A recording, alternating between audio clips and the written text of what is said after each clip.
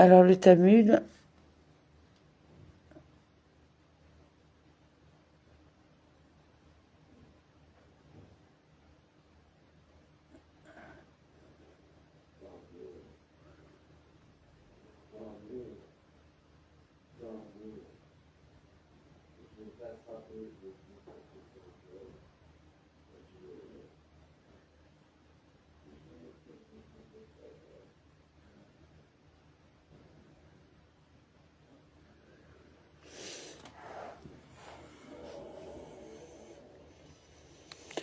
alors DAF 30A.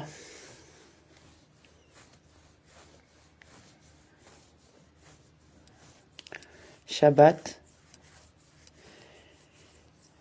est mis en français. Donc Gemara, du fait qu'il a été enseigné dans la dernière clause de la Mishnah que celui qui éteint une flamme le jour du Shabbat est responsable. Conclusion que cette Mishnah est conforme à l'opinion de Rabbi Yehuda, qui considère que celui qui a accompli un travail interdit le Shabbat est susceptible d'apporter une offrande pour le péché, même s'il s'agit d'un travail qui n'est pas nécessaire en soi. Melaka, Sheena, Zerika, Legoufa. Dans la Mishnah, on n'éteint pas la flamme pour obtenir le produit obtenu en l'éteignant. Il le fait pour empêcher la lumière de briller. Si oui, de quoi traite la première clause de la Mishnah? S'il s'agit de celui qui éteint la flamme à cause d'une personne gravement malade. Le terme exempté est imprécis. Il aurait fallu dire permis, car il est permis même ab initio d'effectuer un travail interdit le Shabbat en cas de danger. S'il s'agit d'une personne non gravement malade, pourquoi celui qui a éteint la flamme est-il exempté? Il aurait fallu dire que chacun est susceptible d'apporter un sacrifice pour le péché. La Gemara répond. En fait, la première clause faisait référence à une personne gravement malade. Elle aurait dû enseigner que cela est autorisé. Et puisque la dernière clause de la Mishnah devait enseigner que l'on est responsable, dans la première clause également. Elle enseignait l'emploi du terme opposé, exempté, afin que la Mishnah maintienne l'uniformité stylistique. La halakha est en effet que non seulement on est exempté s'il éteint la lumière d'une personne gravement malade, mais qu'il est même permis de le faire ab initio. La Gemara demande, qu'en est-il de ce qu'a enseigné Rabbi Oshaya? Si l'on veut éteindre une flamme le Shabbat pour une personne malade afin qu'elle puisse dormir, il ne peut pas l'éteindre. Et s'il l'a éteint, il n'est pas responsable après coup. Mais ab initio, il lui est interdit de le faire. La Gemara répond, ce n'est pas similaire, car cette beretta fait référence à une personne non gravement malade, et cela est conforme à l'opinion du rabbin Shimon, qui a dit que celui qui a accompli un travail interdit et non nécessaire en soi est exempté. Notre Mishnah fait référence à une personne gravement malade. La Gemara raconte, cette question a été posée devant Rabbi Tahum, du village de Nevi. Quel est l'avis religieux concernant l'extinction d'une lampe allumée devant une personne malade le jour du Shabbat? La Gemara raconte que le rabbin Tahum a prononcé une homélie entière abordant à la fois les éléments agatiques et alariques, entourant cette question, et commença et dit, toi, roi Salomon, où est ta sagesse? Où est ton intelligence? Non seulement vos déclarations contredisent celles de votre père David, mais vos déclarations se contredisent même entre elles. Votre père David a dit, les morts ne louent pas l'Éternel, ni ceux qui descendent dans le silence. Psaume 115, 17. Et tu as dit, et j'ai loué les morts qui sont déjà morts, plus que les vivants qui sont encore vivants. Ecclésiaste 4, 2. Et puis encore, vous avez dit, si un chien vivant vaut mieux qu'un lion mort. Ecclésiaste 9, 4. Ce sont des évaluations différentes de la vie et de la mort. Il a résolu les contradictions de la manière suivante. Ce n'est pas difficile. Ce que David a dit, les morts ne louent pas l'Éternel. C'est ce que dit une personne doit toujours s'engager dans la Torah et les mitzvot avant de mourir. Car une fois qu'il est mort, il est oisif de la Torah et des mitzvot. Et il n'a plus rien. Louange de sa part au Saint béni soit-il. Et c'est ce que dit Rabbi Yohanan. Quel est le sens de ce qui est écrit? Libérez-vous parmi les morts, comme les tués qui reposent dans la tombe et dont vous ne vous souvenez plus. Psaume 88, 6. Lorsqu'une personne meurt, elle se libère de la Torah et des mitzvot. Et ce que Salomon a dit, et j'ai loué les morts qui sont déjà morts. Il ne parlait pas du tout des morts, mais faisait plutôt l'éloge de certains morts. Comme lorsqu'Israël pécha dans le désert, Moïse se tint devant le Saint béni soit-il, et il fit plusieurs prières et supplications devant lui. Et ces prières ne furent pas exaucées. Et lorsqu'il dit, souviens-toi, Abraham, d'Israël et d'Israël, tes serviteurs. Exode 32, 13. Ses prières furent immédiatement exaucées. Par conséquent, Salomon n'a-t-il pas parlé à bon escient lorsqu'il a dit « C'est pourquoi j'ai loué les morts qui sont déjà morts ». Certes, le mérite des ancêtres décédés est plus grand que celui des justes vivants. Alternativement, le cours du monde est tel que lorsqu'un prince en chair et en os émet un décret à l'intention du public, il est incertain s'il l'exécute et incertain s'il ne l'exécute pas.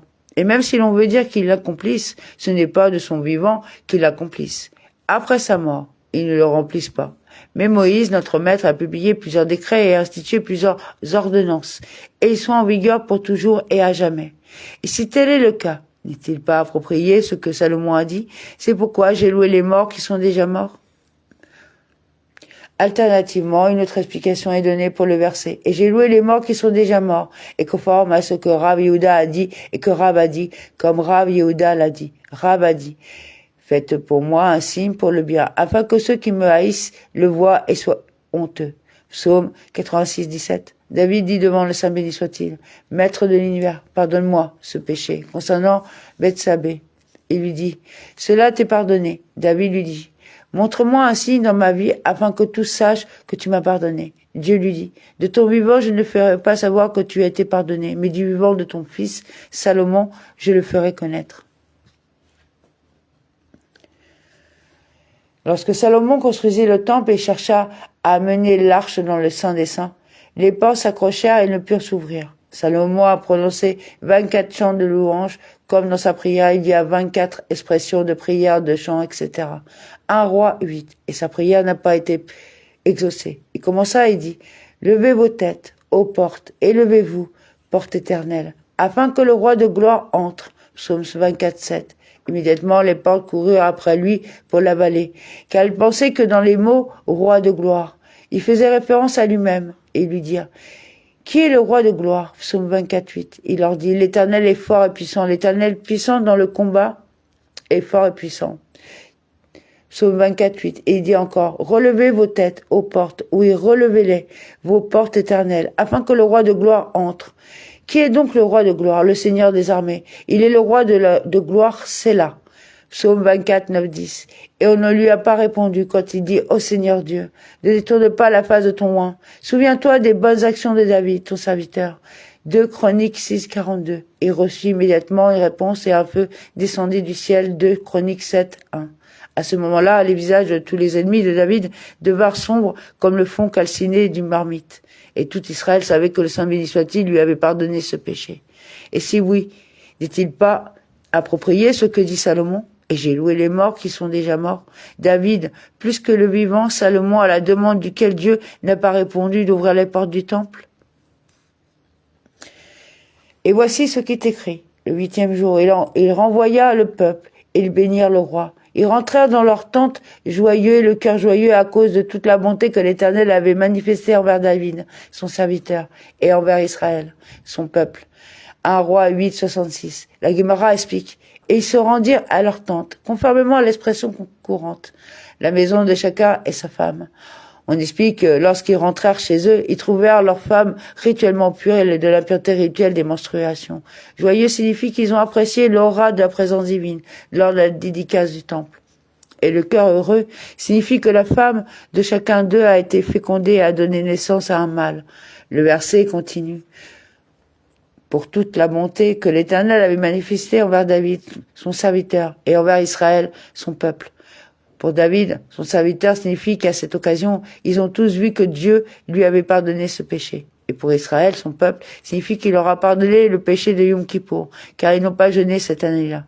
Voir 1 Roi 8, 65. La Guémara continue. Et ce que Salomon a dit, car un chien vivant vaut mieux qu'un lion mort. Ecclésiaste 9.4. Et conforme à ce que Rav Yehuda a dit et que Rav a dit. Comme Rav Yehuda l'a dit et Rav a dit. Quelle est la signification de ce verset que David a dit? Seigneur, fais-moi connaître ma fin et la mesure de mes jours. Ce qu'elle est. Faites-moi savoir à quel point je suis de courte durée. Psaume 39.5. Cela signifie que David a dit devant le Saint béni soit-il.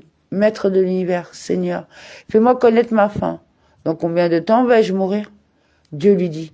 Il a décrété devant moi que je ne relèverai pas la fin de la vie de la chair et du sang. Il demanda en outre, et la mesure de mes jours? Quel jour de l'année vais-je mourir? Il lui dit. Il a été décrété devant moi de ne pas révéler la mesure des jours d'une personne. Il demanda encore une fois. Faites-moi savoir à quel point je suis éphémère. Quel jour de la semaine vais-je mourir? Il lui dit. Tu mourras le Shabbat.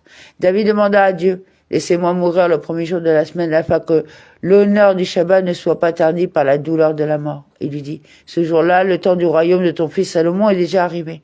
Et un royaume n'empiète pas sur un autre et ne soustrait même pas un cheveu au temps apparti à un autre.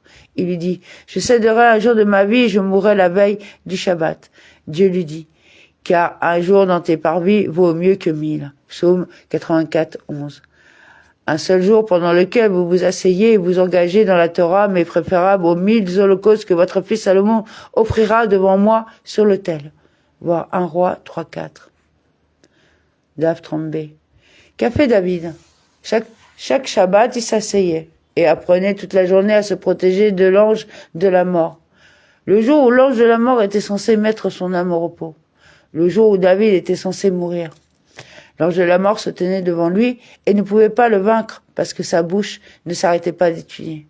L'ange de la mort dit, « Que dois-je lui faire ?» David avait un jardin, Bustana, derrière sa maison. L'ange de la mort est venu à grimper, à secouer les arbres. David est sorti pour voir. Alors qu'il montait l'escalier s'est brisé sous lui. Il fut surpris et silencieux, interrompit, et un instant, ses études et mourut. Puisque David est mort dans le jardin, Salomon a envoyé la question suivante à la salle d'études. Mon père est mort et il se couche au soleil, et les chiens de la maison de son père ont faim. Il y a eu de s'inquiéter de peur que les chiens ne viennent nuire à son corps. Que dois-je faire? Ils lui envoyèrent une réponse. Découpez une carcasse d'animal et placez-la devant les chiens. Puisque les chiens ont faim, il est permis de manipuler la carcasse de l'animal pour les nourrir. Et en ce qui concerne ton père, il est interdit de bouger son corps directement. Placez une miche de pain ou un bébé sur lui et vous pourrez le déplacer à l'ombre grâce au pain et ou au bébé. Et n'est-ce-t-il pas approprié ce que Salomon a dit? Car un chien vivant vaut mieux qu'un lion mort. La conclusion ultime de cette discussion est que la vie est préférable à la mort. Et maintenant, en ce qui concerne la question que j'ai posée devant vous, Rav Tahum parla modestement car en fait, il lui avait posé la question. Une lampe est appelée Ner, et l'âme d'une personne est également appelée Ner. Comme il est écrit, l'esprit de l'homme est la lampe Ner du Seigneur. Proverbe 20-27. Il est préférable que la lampe s'éteigne au profit de la lampe du Saint béni soit-il, l'âme d'une personne. Il est donc permis d'éteindre une flamme pour le bien d'une personne malade. Puisque les contradictions dans Ecclésiaste ont été mentionnées, la Gemara cite des sources supplémentaires pertinentes. Rav Yehuda, fils du Rav Shmuel Bar Shela, a déclaré au nom de Rav. Les sages ont cherché à supprimer le livre de Ecclésiaste et à le déclarer apocryphe parce que ces déclarations se contredisent et qu'il est susceptible de confondre ses lecteurs. Et pourquoi ne l'ont-ils pas supprimé? Parce que son commencement consiste en des questions de Torah et sa fin consiste en des questions de Torah.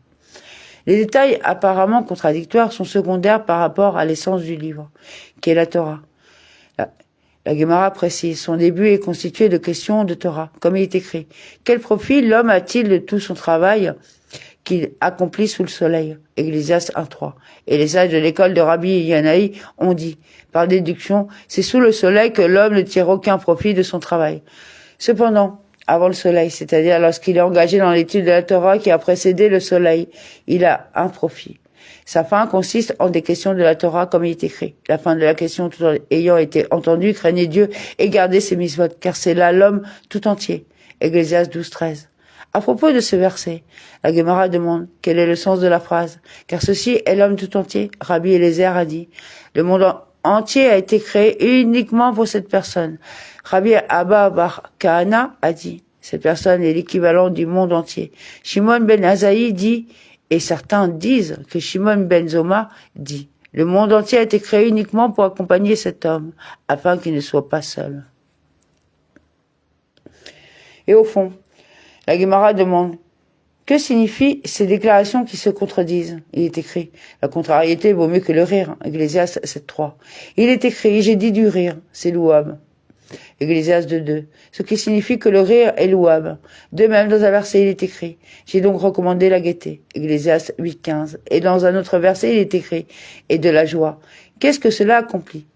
Ecclésiaste 2.2. La Gemara répondit, ce n'est pas difficile, car la contradiction peut être résolue. La vexation vaut mieux que le rire signifie. La vexation du Saint béni soit-il envers les Juifs de ce monde est préférable au rire dont le Saint béni soit-il rit avec les méchants de ce monde en les comblant de bonté. J'ai dit à propos du rire, il est louable, c'est le rire dont le Saint béni soit-il rit avec les Juifs dans le monde à venir. De même, alors j'ai loué la gaieté, c'est la joie du Mizvah. Et de la gaieté, qu'est-ce que ça fait? C'est une joie qui n'est pas la joie du Mizvah. L'éloge de la joie mentionné ici est pour vous enseigner que la présence divine ne repose sur un individu ni dans une atmosphère de tristesse, ni dans une atmosphère de paresse, ni dans une atmosphère de rire, ni dans une atmosphère de frivolité, ni dans une atmosphère de conversation vaine, ni dans une atmosphère de bavardage inutile, mais plutôt dans une atmosphère imprégnée de la joie du Mizvah, comme il a été dit à propos d'Élisée. Après qu'il se soit mis en colère contre le roi d'Israël, son esprit prophétique l'a quitté jusqu'à ce qu'il demande « Mais maintenant, amène-moi un ménestrel ». Et il arrive que pendant que le musicien jouait, la main de l'Éternel fut sur lui. 2 Rois 3.15. Rav Yehuda a dit « De même, il faut se réjouir avant de parler de Halara ». Rava a dit « Et de même, il faut être joyeux avant de s'endormir pour pouvoir faire un beau rêve ». La Gemara demande est-il vrai que l'on devrait introduire les questions de Halara avec joie? Rav Gidel n'a-t-il pas dit que Rav a dit? Tout érudit de la Torah qui s'assoit devant son professeur et dont l'élève ne dégouline pas de myrte à cause de la peur de son professeur, ses lèvres seront brûlées. Comme il est dit, ses lèvres sont comme des lys dégoulinant de myrrhe qui coulent, Shoshanim, Notéphot, mort au vert. Cantique des Cantiques 5.13. Il interpréta de manière homilétique. Ne lisez plus myrrhe qui coule, lisez plutôt mar, l'amertume coule à flot. De même, ne lisez pas les shoshanim, les lys, lisez plutôt les sheshonim qui étudient, ce qui signifie que l'élève qui étudie la Torah doit être pleine d'amertume. La Gemara explique, ce n'est pas difficile, il n'y a pas de contradiction ici. Ce n'est pas difficile, où il est enseigné qu'il faut introduire les questions de Halara avec joie. Cela fait référence à un rabbin. Et cela, il est enseigné qu'il faut être rempli d'amertume, faire référence à un élève qui doit écouter son professeur avec appréhension. Et si vous le souhaitez, dites plutôt que ceci et cela font référence à un rabbin et ce n'est pas difficile. Ici, on lui a enseigné qu'il doit être joyeux. C'est avant qu'il commence à enseigner. Tandis que là où il a été enseigné qu'il doit être rempli d'amertume et d'inquiétude, c'est après qu'il a déjà commencé à enseigner la Halara. Cette explication est semblable à celle donnée par Abba. Avant de commencer à enseigner la Halara aux sages, il disait quelque chose d'amusant et les sages étaient acclamés. Finalement, il s'est assis avec appréhension et a commencé à enseigner la Halara. Et poursuit la Gemara, les sages ont également cherché à supprimer le livre des Proverbes parce que ces déclarations se contredisent. Et pourquoi ne l'ont-ils pas supprimé? Ils dirent, dans le cas du livre de Ecclésiaste, ne l'avons-nous pas analysé et trouvé une explication selon laquelle ces déclarations n'étaient pas contradictoires? Là aussi, analysons-le et que signifient ces déclarations se contredisent. D'un côté, il est écrit, ne répondez pas à l'insensé selon sa folie, de peur que vous ne soyez aussi comme lui. Proverbe 26.4. Et d'autre part, il est écrit, répondez à l'insensé selon sa folie. Folie de peur qu'il ne devienne sage à ses propres yeux. Proverbe 26.5. La Gemara résout cette contradiction apparente. Ce n'est pas difficile, car ici, là où il faut répondre à un insensé, il s'agit d'un cas où l'insensé fait des affirmations sur des sujets de Torah. Alors que là où il ne faut pas lui répondre, il s'agit d'un cas où l'imbécile fait des affirmations sur des choses banales.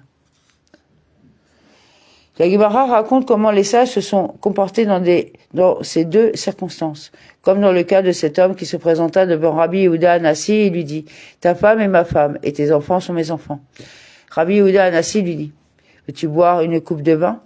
Il a bu, a éclaté et est mort. De même, la Gemara raconte il y avait cet homme qui se présenta devant Rabbi Iya et lui dit « Ta mère est ma femme et tu es mon fils. » Il lui dit « Veux-tu boire une coupe de vin ?» Il a bu, a éclaté et est mort. Le rabbin Iya a déclaré à propos de cet incident, appliquant le rabbin Yehuda Hanassi, la prière du rabbin Yehuda Hanassi pour que ses enfants ne soient pas rendus malzérim, enfants de relations illicites, a été efficace pour lui.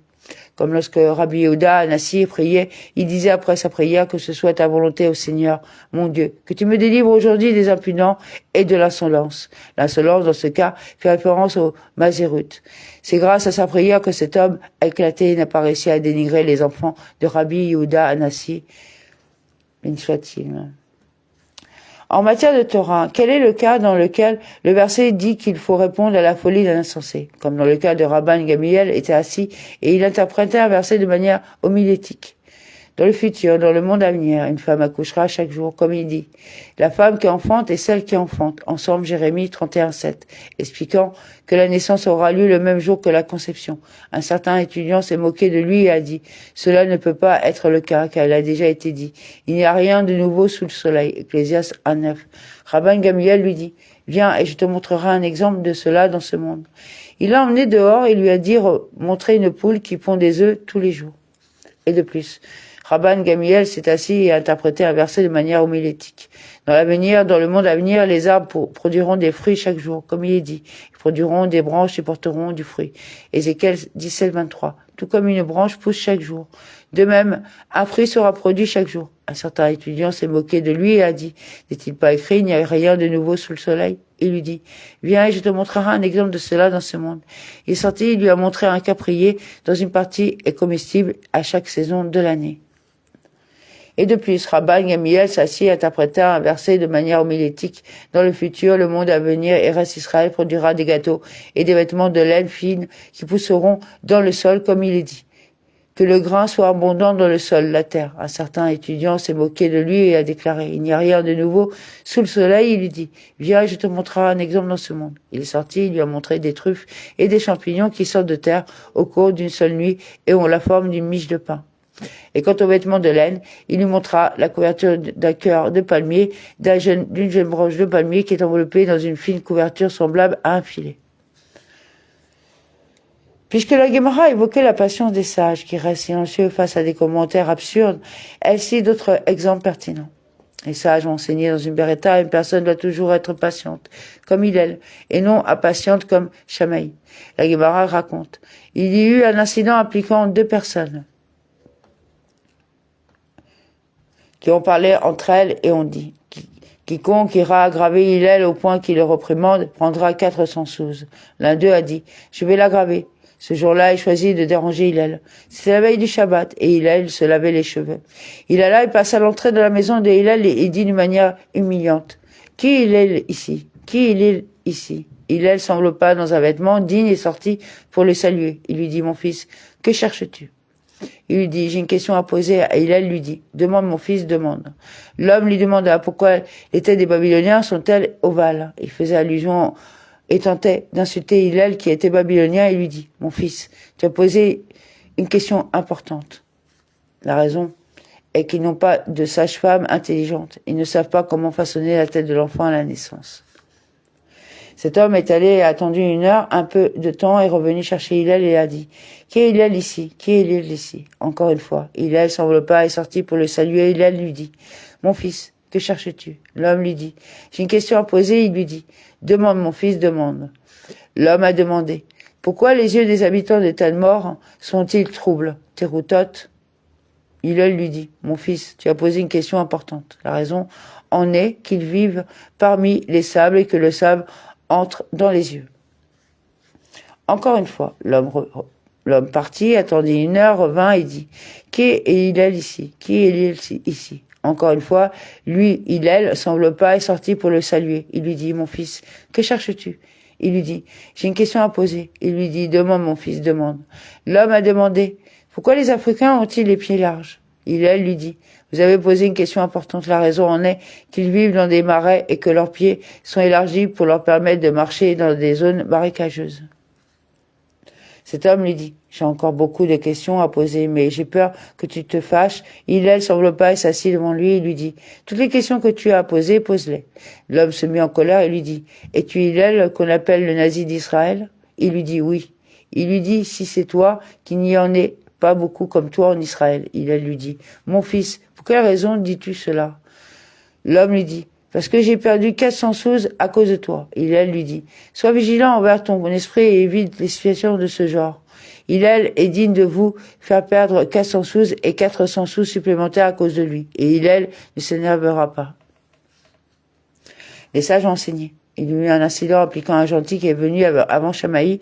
Le gentil dit à Shamaï, « Combien de Torah as-tu » Il lui dit 2, la Torah écrite et la Torah orale. Le gentil lui dit, « En ce qui concerne la Torah écrite, je te crois, mais en ce qui concerne la Torah orale, je ne te crois pas. Convertissez-moi à condition que vous m'enseigniez éthiquement la Torah écrite. » Shamaï le gronda et le chassa avec réprimande. Le même gentil se présenta devant Hillel, qui le convertit et commença à lui enseigner la Torah. Le premier jour, il lui montra les lettres de l'alphabet et lui dit Aleph, Bet, Gimel, Dalet. Le lendemain, il averse l'ordre des lettres et lui dit qu'un Aleph est un Tav, et ainsi de suite. Le converti lui dit, mais hier tu ne m'as pas dit cela. Hillel lui dit, tu vois qu'il est impossible d'apprendre ce qui est écrit sans s'appuyer sur une tradition orale. Tu ne comptais pas sur moi? Par conséquent, vous devez également vous fier à moi en ce qui concerne la Torah orale et accepter les interprétations qu'elle contient. Il y a eu un autre incident impliquant un gentil qui s'est présenté devant Shamaï et lui a dit « Convertissez-moi à condition que tu m'enseignes toute la Torah pendant que je me tiens sur un pied. » Shamaï le repoussa avec la coudée du constructeur à la main. Il s'agissait d'un critère de mesure courant et Shamaï était un constructeur de métier. Le même gentil est venu avant Hillel. Il le convertit et lui dit « Ce qui t'est odieux, ne le fais pas à autrui. C'est toute la Torah et le reste est son interprétation. Allez étudier. » Il y eut un autre incident impliquant un gentil qui passait derrière la salle d'études et a entendu la voix d'un professeur qui enseignait la Torah à ses étudiants et disait le verset. Et voici les vêtements qu'ils feront. Un pectoral et un éphod. Et une robe et une tunique à carreaux. Une mitre et une ceinture Exode 28.4. Le gentil dit, ces vêtements à qui sont-ils destinés? Les étudiants lui dirent, pour le grand prêtre. Le gentil se dit, j'irai me convertir pour qu'on m'installe comme le grand prêtre. Il se présenta devant Shamaï et lui dit, convertis-moi à condition que tu m'installes comme le grand prêtre. Shamaï le poussa avec la coudée du constructeur à la main. Il est venu avant Hillel, il l'a converti. Hillel lui dit au converti, n'est-il pas dans l'ordre du monde que seul celui qui connaît les protocoles CI de la royauté soit nommé roi? Allez apprendre les protocoles royaux en vous engageant dans l'étude de la Torah. Il est allé lire la Bible lorsqu'il atteignit le verset qui dit « Et l'homme ordinaire qui s'approchera sera mis à mort ». Nombre 1,51. Le converti dit à Hillel « De qui parle le verset ?» Hillel lui dit « Même à propos de David, le roi d'Israël. » Le converti a raisonné à fortiori lui-même en déduisant si le peuple juif est appelé enfant de Dieu et que, à cause de l'amour de Dieu, les aimait, il les a appelés Israël et mon fils, mon premier-né. Exode 4.22. Et néanmoins, il est écrit à leur sujet. Et l'homme ordinaire qui s'approchera sera mis à mort. Un simple converti venu sans mérite, avec rien d'autre que son bâton et son sac de voyage, d'autant plus que cela s'applique également à lui. Le converti s'est présenté devant Shamaï et lui a dit qu'il retirait sa demande de le nommer grand prêtre, en disant, suis-je vraiment digne d'être grand prêtre? N'est-il pas écrit dans la Torah, et l'homme ordinaire qui s'approchera sera mis à mort? Il se présenta devant Hillel et lui dit, Hillel le patient, que les bénédictions reposent sur ta tête, alors que tu m'as amené sur les ailes de la présence divine. La Gemara raconte, finalement, les 3 convertis se rassemblèrent en un seul endroit et dirent, la patience de Shamaï cherchait à nous chasser du monde. La patience de Hillel nous a amenés sous les ailes de la présence divine. La Gemara continue de discuter de la conduite des sages, citant que ce que Resh Lakish a dit.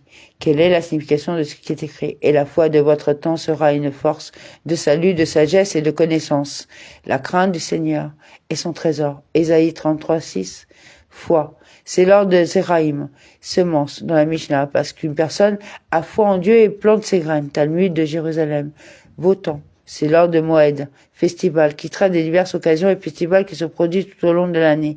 Force, c'est l'ordre des Nashim, les femmes, salutations. Tel est l'ordre des Nézékin, dommage, intérêt, car celui qui est poursuivi est sauvé des mains de son poursuivant. Sagesse, c'est l'ordre des Kodashim, les objets consacrés. Et la connaissance, c'est l'ordre de Terarot, la pureté, qui est particulièrement difficile à maîtriser. Et même si une personne étudie et maîtrise tout cela, la crainte du Seigneur est son trésor. Elle est prééminente. À propos du même verset, Rava a dit, après avoir quitté ce monde, lorsqu'une personne est jugée pour la vie qu'elle a vécue dans ce monde, on lui dit dans l'ordre de ce verset, avez-vous mené vos affaires fidèlement? Avez-vous fixé des heures pour l'étude de la Torah? Avez-vous pratiqué la procréation? Avez-vous attendu le salut? Vous êtes-vous engagé dans la dialectique de la sagesse ou avez-vous compris une matière par une autre? Et néanmoins, au-delà de tout cela, si la crainte du Seigneur est son trésor, oui, il en est digne, et sinon, non, aucune de ses réalisations n'a de valeur. Il y a une parabole qui illustre cela. Une personne qui a dit à son émissaire, apportez une couronne de blé au grenier pour que je l'y stocke. Le messager est allé le lui apporter. Il dit à l'émissaire, y avez-vous mélangé pour moi un cave de Hampton, un conservateur pour éloigner les vers? Il lui dit non.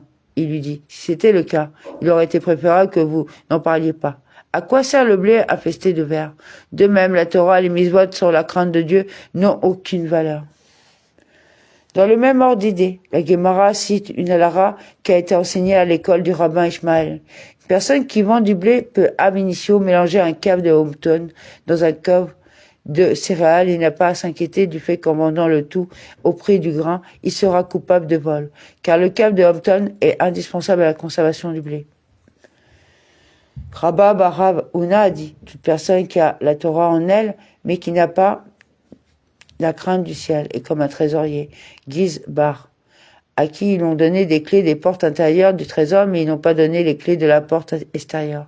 Avec quelle clé va-t-il entrer? Bien que la Torah soit la clé intérieure sans crainte du ciel, on ne peut accéder à la véritable Torah. De même, Rabbi Yanaï proclamerait, malheur à celui qui n'a pas cour et qui fait une clôture pour la cour, c'est-à-dire à celui qui n'a pas la crainte du ciel et qui est néanmoins impliqué dans l'étude de la Torah. Rabbi Yehuda a dit, le saint, béni soit-il, a seulement créé son monde pour que les gens craignent devant lui, comme il est dit, et Dieu a fait en sorte que les hommes craignent devant lui. Ecclésiaste 3,14. La Gemara raconte également que Rabbi Shimon et Rabbi Elazar étaient assis. Rabbi Yaakov Baraha passa et se dirigea vers eux. L'un dit à l'autre, tenons-nous devant lui car c'est un homme qui craint le péché. L'autre lui répondit, tenons-nous devant lui car c'est un homme qui étudie la Torah. Il lui dit, je t'ai dit que c'est un homme qui craint le péché et tu m'as dit que c'est un homme qui étudie la Torah. Le premier est un éloge bien plus grand que le second. La Gemara remarque, concluait que Rabbi Elazar est celui qui a dit qu'il est louable parce qu'il est un homme qui craint le péché. Comme ailleurs, il a également fait l'éloge de la peur. Comme l'a dit Rabbi Yohanan au nom de Rabbi Elazar, le Saint béni soit-il, n'a dans son monde que la crainte du ciel seul. Comme il est dit, et maintenant Israël que te demande l'Éternel ton Dieu. Mais crains l'Éternel ton Dieu, Deutéronome 10:12, il est écrit. Et il dit à l'homme, voici la crainte du Seigneur, c'est la sagesse, et s'éloigner du mal, c'est comprendre, Job 28:28. Comme en grec, on appelle une poule. Apparemment, la crainte de Dieu est primordiale. La Gemara conclut, en effet, concluait que c'est Rabbi Elazar qui a dit cela. Rabula a enseigné. Quelle est la signification de ce qui est écrit? Ne soyez pas trop méchants. Ecclésiaste 7:17. Cela semble difficile car il s'agit de dire qu'il ne faut pas être méchant à l'excès. Un peu, il faut être méchant.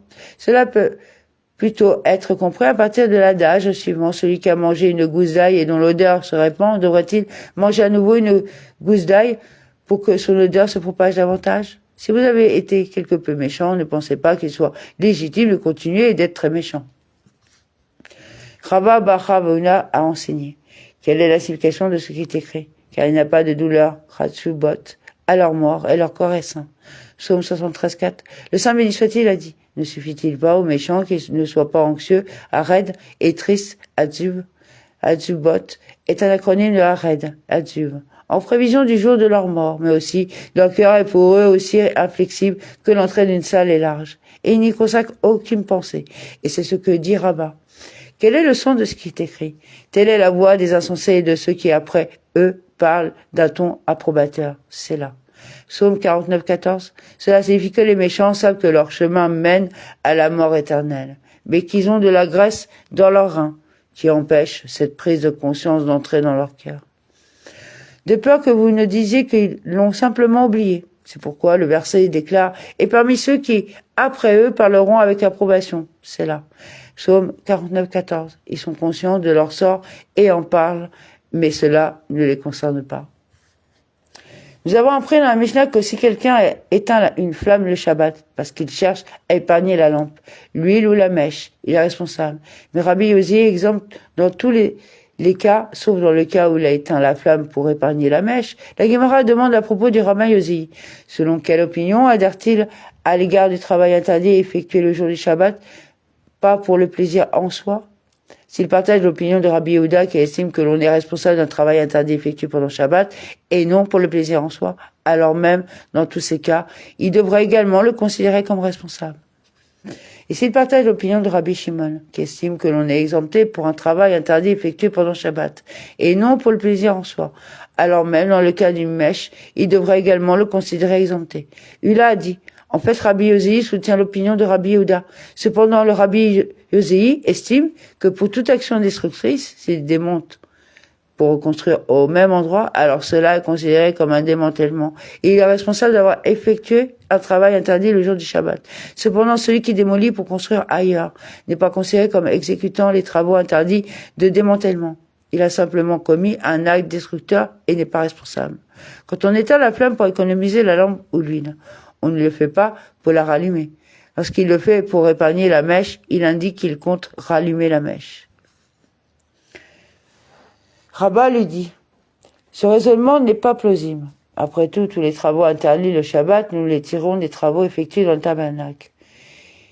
Et là, il s'agissait de démonter pour construire ailleurs. Il démonterait le tabernacle et le construirait au prochain campement. Ula dit à Rabat, ce n'est pas une preuve, car là, dans le cas du tabernacle, c'est différent, puisqu'il est écrit sur l'ordre du Seigneur et campèrent, Nombre 9, 23. L'heure et le lieu de leur voyage et de leur campement n'étaient pas déterminés par eux, mais plutôt par la parole de Dieu. Par conséquent, lorsqu'ils démontèrent le tabernacle, cela revenait à le démolir pour reconstruire au même endroit, puisque la démolition et la construction ont tous deux été accomplis sur l'ordre de Dieu. Il n'y a jamais eu de cas de destruction sans but constructif. Et Rabbi Yohanan dit, en fait, Rabbi Yosei soutient l'opinion de Rabbi Shimon.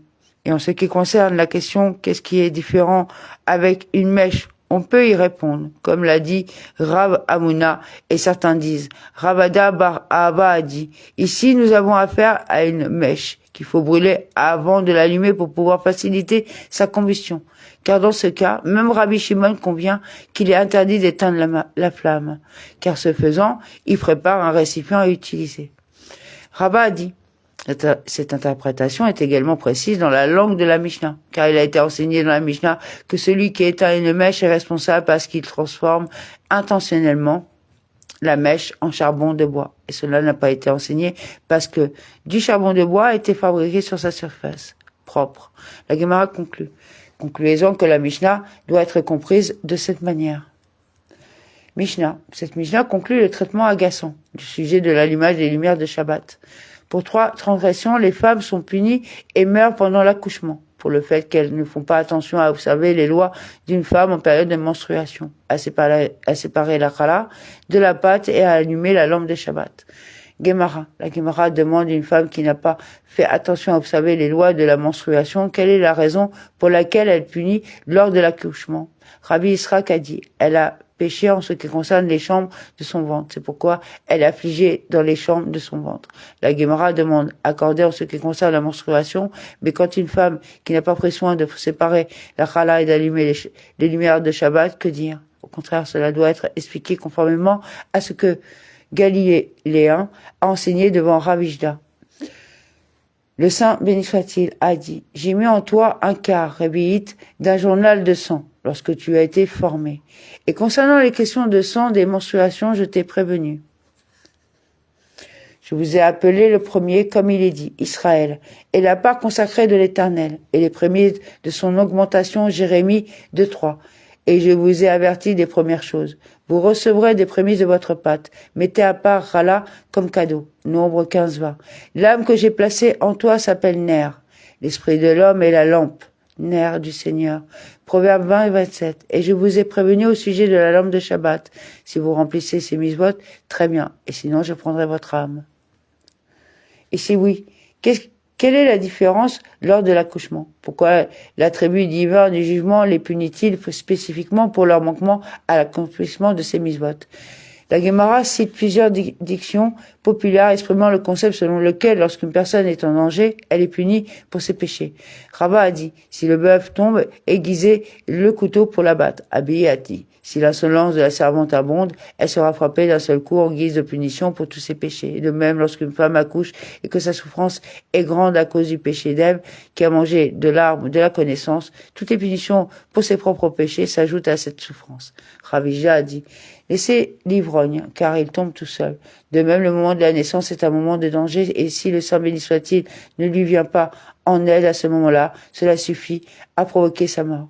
Mar Ugva a dit: le berger est estropié, les chèvres courent et il ne peut pas les attraper. Cependant, près de la porte, il prononce des paroles dures et à l'intérieur de l'enclos. Il règle ses comptes. De même, tant qu'une femme est en bonne santé, ses péchés sont en suspens et elle n'en est pas tenue responsable. Cependant, lorsqu'elle accouche, qui est une période de danger, elle est tenue responsable de ses péchés. Un calcul est effectué pour savoir si elle est digne ou non d'un miracle. Rapapa a dit: à l'entrée des magasins en période de prospérité, les frères et les proches abondent. Lorsqu'une personne prospère financièrement, chacun se comporte comme son frère ou son ami. Cependant, aux portes de la disgrâce, dans une période de perte et de pauvreté, il n'y a ni frère ni proche. Tout le monde l'abandonne. Et la Guémara demande: et où les hommes sont-ils examinés? Quand les hommes sont-ils vulnérables au jugement et tenus responsables de leurs actes? Rachlaski a déclaré: quand ils traversent un pont. La Guémara se demande uniquement lorsqu'ils traversent un pont et à aucun autre moment. Dit plutôt tout ce qui ressemble à un pont, tout endroit où le danger est courant. Dans le même ordre d'idées, la Guémara raconte: Rav ne traverserait pas une rivière dans un ferry dans lequel était assis un gentil. Il se dit: peut-être qu'un jugement lui sera imputé, et je serai pris avec lui lorsqu'il sera puni. Alors que Shmuel ne traversait dans un ferry que s'il y avait un gentil à bord. Il a dit: Satan n'a pas de domination sur deux nations. Il règle ses comptes séparément avec les personnes de chaque nationalité. Le rabbin Yanaï s'examinait le ferry et traversait la Guémara, commentant que le rabbin Yanaï a agi conformément à son raisonnement exposé ailleurs. Comme il a dit, une personne ne devrait jamais se tenir dans un lieu de danger en disant qu'en haut, ils feront un miracle pour lui, de peur qu'à la fin, il accomplisse un miracle. Miracle pour lui. Et même s'ils accomplissent un miracle pour lui, ils lui déduiront de ses mérites.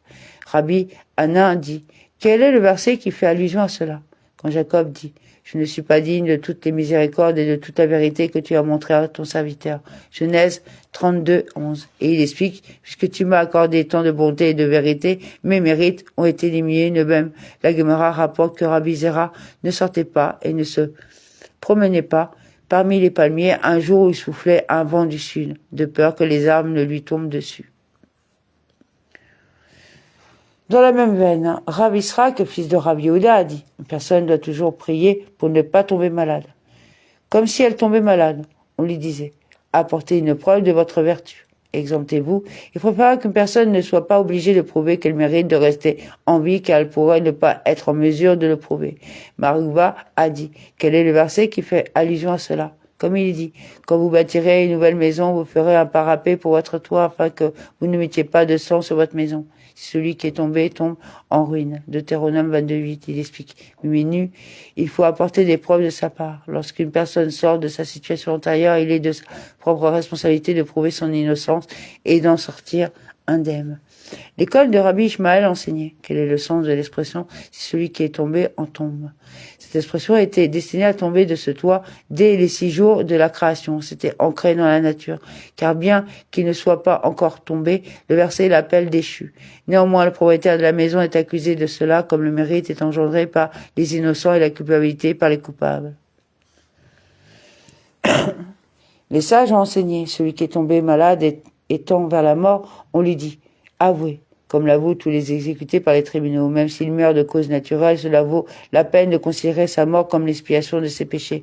Les sages ont dit: lorsqu'une personne se rend au marché où il y a des bagarres et des disputes, elle doit se considérer comme quelqu'un qui a été livré à un soldat zéradiote. S'il a mal à la tête, il doit considérer cela comme s'il avait mis dans une chaîne collard autour du cou. S'il se couche et tombe malade, il doit se considérer comme s'il était emmené à la potence pour être jugé. Comme quiconque monte à la potence pour être jugé, s'il a de grands avocats, Clintin, il est épargné, sinon, il n'est pas épargné. Et en ce qui concerne le jugement divin, voici les défenseurs d'une personne, le repentir et les bonnes actions. La Guémara commente, et même s'il y en a 999 qui affirment sa culpabilité et un seul qui affirme son innocence, il est épargné comme il est dit. S'il y a pour lui un ange, un avocat, un parmi 1000 se portait garant de la droiture d'un homme, alors il lui faisait grâce et dit, délivre-le de descendre dans la fosse, j'ai trouvé une rançon. Job 33, 23, 24. Rabbi Eliezer, fils de Rabbi Osei à Gélili, dit, même s'il y a 999 portions dans ce même ange qui l'accuse et une portion affirmant son innocence, il est épargné, comme il est dit, un avocat, l'un parmi les autres 1000. Même lorsque l'avocat qui affirme son innocence ne trouve qu'un dixième d'1% d'innocence chez cet homme, mais même alors, il lui fait grâce et dit, délivre-le de la descente dans la fosse, j'ai trouvé une rançon. Les sages ont enseigné dans une Beretta. Pour 3 transgressions, les femmes meurent en couche. Yo les dot, le rabbin Elazar a une version différente et dit que les femmes meurent quand elles sont jeunes. Yé la dot. Ces transgressions sont celles énumérées dans la Mishnah, la larotte d'une femme menstruée, la rala et les lumières de Shabbat. Le rabbin a dit qu'ils sont punis pour le péché de laver les excréments de leurs enfants sur les vêtements le jour du Shabbat. Et certains disent, parce qu'ils appellent simplement l'arche sainte, l'arche. De même, nous avons appris dans une Beretta que Rabbi Ishmael ben Elazar dit, à cause de péchés, les ignorants Améi à Arès meurent jeunes. Rabbi Yaakov Emden, parce qu'ils appellent l'arche sainte simplement arche, et parce qu'ils appellent la synagogue la maison du peuple. Il a été enseigné dans une Beretta que Rabbi Osei dit, 3 creusets pouvant conduire à la mort ont été creusés chez la femme, et certains disent, 3 accélérateurs de la mort, ce sont les menstruations, la rala et l'allumage des lumières de Shabbat. La Gemara explique qu'une version, celle des accélérateurs de mort, est conforme à l'opinion du rabbin Elazar, qui disait que les femmes meurent jeunes, et l'autre, les creusets de la mort, est conforme à l'opinion des rabbins, qui disaient que les femmes meurent en couche. Accomplir. S'ils négligent l'accomplissement de ces mitzvot, ils en sont punis. Il est enseigné dans une Beretta que le rabbin Nathan dit à cause du péché de vœux non tenu, la femme d'une personne meurt. L'allusion est la suivante. Si vous n'avez pas de quoi payer, pourquoi devrait-il vous enlever votre lit? Proverbe 22, 27. Rabbi Yehuda Anassi dit, à cause du péché des vœux non accomplis, les enfants meurent quand ils sont jeunes. Comme il est dit, mieux vaut ne pas faire de vœux plutôt que de faire des vœux et ne pas payer. Ne laissez pas votre bouche amener votre chair à la culpabilité. Ne dites pas devant les messagers que c'était une erreur. Pourquoi Dieu devrait-il se mettre en colère contre votre voix et détruire l'ouvrage de vos mains? Ecclésiaste 5, 4 à 5. Quel est le travail des mains d'une personne? Il faut dire que ce sont les fils et les filles d'une personne. Afin de clarifier quel péché faut mourir ces jeunes enfants, la Gemara, c'est ce que les sages ont enseigné dans une Beretta pour le péché des vœux. Nos enfants meurent. C'est la déclaration de Rabbi Elazar, fils de Rabbi Shimon. Rabbi Yehuda Nassi dit pour le péché de négligence dans l'étude de la Torah. La Gemara demande, accordé selon l'opinion de celui qui a dit que ses enfants meurent à cause du péché des vœux, comme nous l'avons indiqué plus haut. Cependant, selon l'opinion de celui qui dit que ses enfants meurent à cause du péché de négligence dans l'étude de la Torah. Quel est le verset qui soutient cela? La Gemara répond, comme il est écrit, en vain j'ai frappé vos enfants, ils n'ont reçu aucune moralité. Jérémie 2,30. Les enfants meurent parce que leurs pères n'ont pas accepté la morale, la Torah. Rav Naman bar Israq a dit, d'après celui qui a dit que ses enfants meurent à cause du péché des vœux, cela peut aussi être dérivé de ceci. En vain ai-je frappé vos enfants, sur des questions de vanité, c'est-à-dire qu'on a fait un vœu en vain et ne le tient pas. La Gemara demande après tout, Rabbi Yehuda Nassi est Rabbi. Il a été enseigné dans une Tosefta que Rabbi disait que ses enfants meurent à cause du péché des vœux. Comment se fait-il alors que Rabbi Yehuda Anassi ait dit que cela était dû au péché de la négligence dans l'étude de la Torah?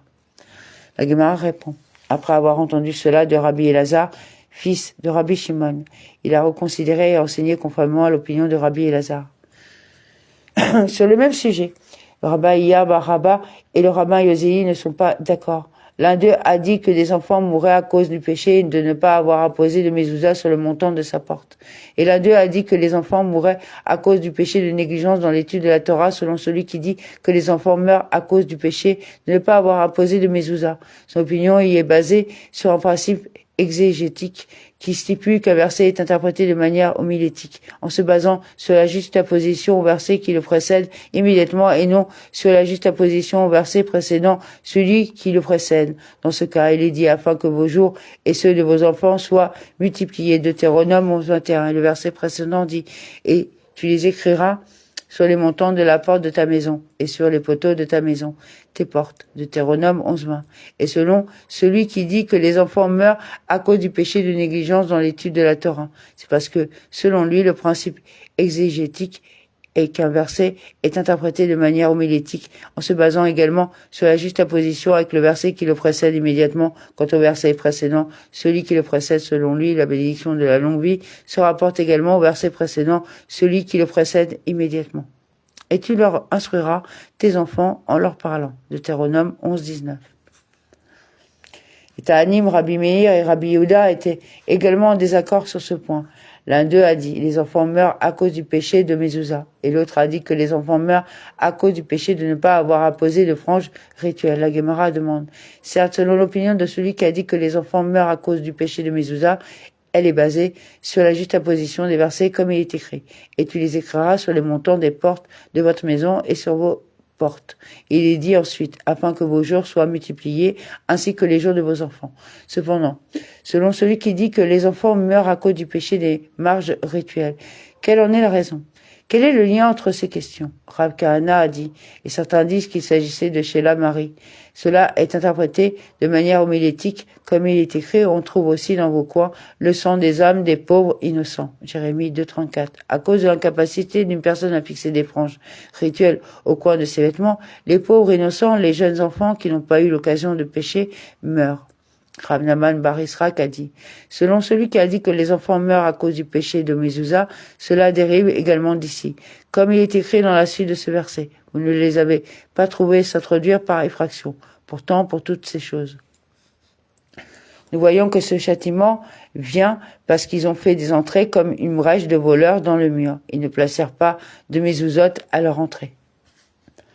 Puisque la Gemara a discuté de l'importance de la misva des franges rituelles, elle cite que ce que Resh Laski a dit. Quiconque est vigilant dans l'accomplissement de la misva des franges rituelles mérite que 2800 serviteurs le servent dans le monde à venir. Comme il est dit, ainsi par l'Éternel des armées. En ces jours-là, il arrivera que 10 hommes de toutes les langues des nations s'empareront même du coin de son vêtement. C'est un juif disant, nous irons avec vous, car nous avons entendu dire que Dieu est avec vous. Zacharie 8:23. Sur chaque coin du vêtement d'un juif doté de franges rituelles, 10 personnes de chacune des 70 nations s'accrocheront. Cela fait 700 personnes à chaque coin de rue.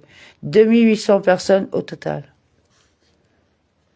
Parallèlement à ces déclarations, la Gemara cite un mémonique pour des adages rabbiniques supplémentaires concernant les punitions pour divers péchés, haine, chala, terouma, volée, jugement, serment, versement, découverte et vulgarité.